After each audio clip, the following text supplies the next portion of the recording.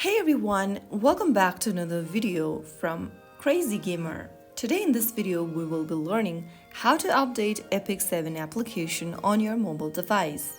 To update to the latest version of Epic 7, first of all, open up your Google Play Store or your App Store. Now go to the search box at the top and type in Epic 7. Look for this application and then open up the info section. There you will be able to see an update button if the update is available for the game. If you don't see the update button, it means that you are currently running the latest version itself. If you see update button, tap on it to download the latest version of the game. And after you do that, you will then be able to download all of the bug fixes and performance improvement for the game, which will appear now and then.